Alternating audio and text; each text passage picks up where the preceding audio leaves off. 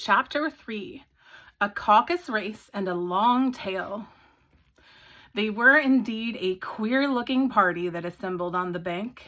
The birds with draggled feathers, the animals with their fur clinging close to them, and all dripping wet, cross, and uncomfortable.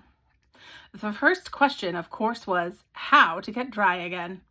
They had a consultation about this, and after a few minutes, it seemed quite natural to Alice to find herself thinking familiarly with them, as if she had known them all her life. Indeed, she had quite a long argument with Laurie, who at last turned sulky, and would only say, "I am older than you, and I must know better." And this Alice would not allow without knowing how old it was. And the Laurie positively refused to tell its age, and there was no more to be said. At last, the mouse, who seemed to be a person of authority among them, called out, "Sit down, all of you, and listen to me. I'll soon make you dry enough." They all sat down at once, in a large ring with the mouse in the middle. Alice kept her eyes anxiously fixed on it, for she felt sure she would catch a bad cold if she did not get dry very soon. "Ahem," said the mouse, with an important air. "Are you all ready?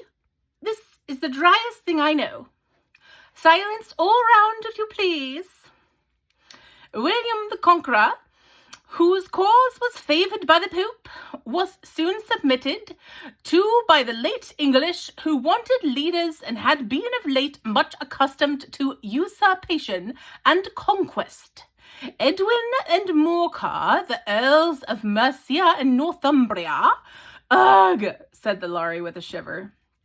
"I beg your pardon," said the mouse, frowning, but very politely. "Did you speak?" "Not I," said the Laurie hastily. "I thought you did," said the mouse. "I proceed. Edwin and Morcar, the Earls of Mercia and Northumbria, declared for him, and even Stigand, the patriotic Archbishop of Canterbury, found it advisable—" "Found what?" said the duck. "Found it," the mouse replied, rather crossly. "Of course, you know what it means." "I know what it means well enough when I find a thing," said the duck. "It's generally a frog or a worm. The question is, what did the Archbishop find?" The mouse did not notice this question, but hurriedly went on.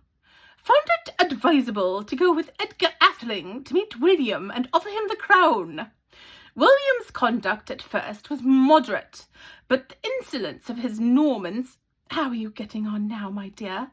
it continued, turning to Alice as it spoke. "As wet as ever," said Alice in a melancholy tone. "It doesn't seem to dry me at all." "In that case," said the dodo, solemnly rising to its feet, "I move that the meeting adjourn for the immediate adoption of more energetic remedies." "Speak English," said the eaglet. "I don't know the meaning of half those long words, and what's more, I don't believe you do either." And the eaglet bent down its head to hide a smile. Some of the other birds tittered audibly. "What I was going to say," said the dodo in an offended tone, "was that the best thing to get us dry would be a caucus race." "What is a caucus race?" said Alice. Not that she wanted much to know, but the dodo had paused as if it thought that somebody ought to speak, and no one else seemed inclined to say anything. "Why," said the dodo, "the best way to explain it is to do it. And as you might like to try the thing yourself some winter day, I will tell you how the dodo managed it. First, it marked out a race course in a sort of circle. The exact shape doesn't matter. And then all the party were placed along the course here and there. There was no 1, 2, 3 and away, but they began running when they liked and left off when they liked, so that it was not easy to know when the race was over.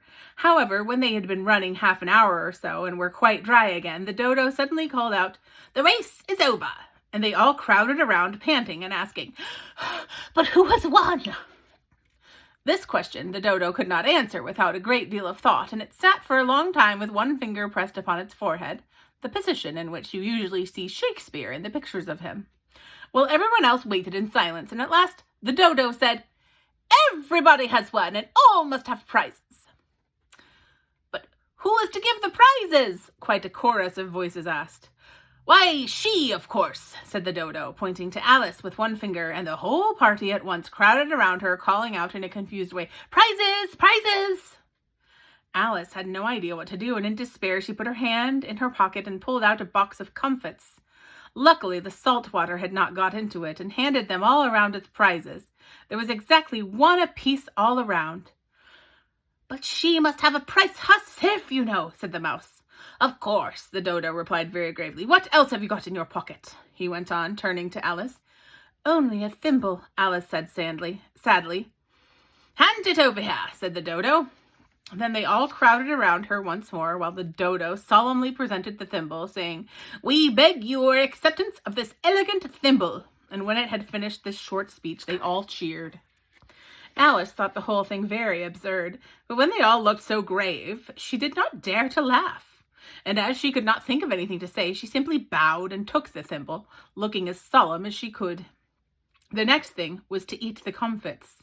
This caused some noisy confusion, and the large birds complained that they could not taste theirs, and the small ones choked and had to be patted on the back.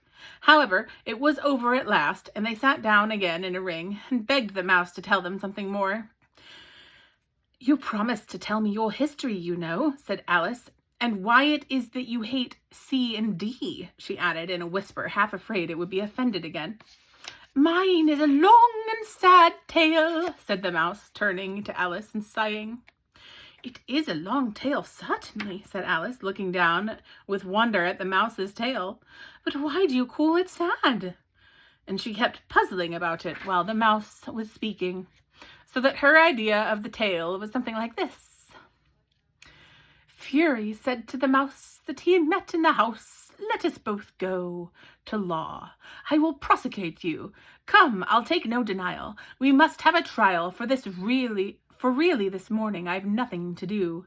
Said the mouse to the cur, 'Such a trial, dear sir, with jury or judge would be wasting our breath.'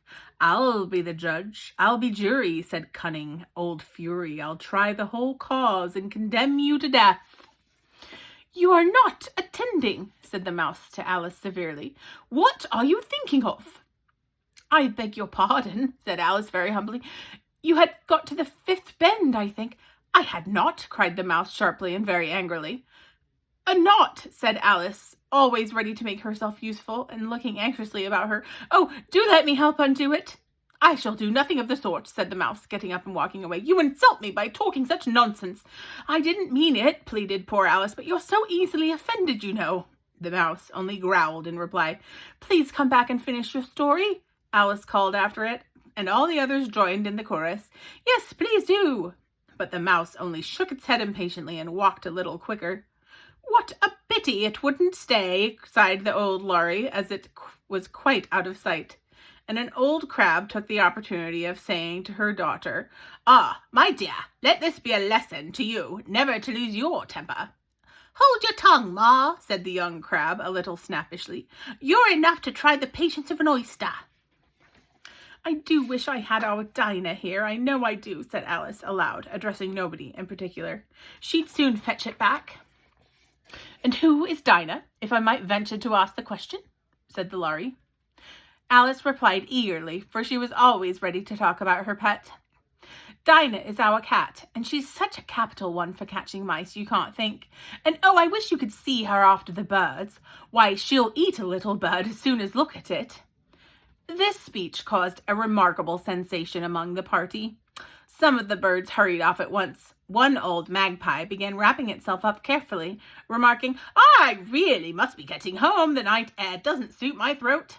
And a canary called out in a trembling voice to its children, "Come away, my dears, it's high time you were all in bed."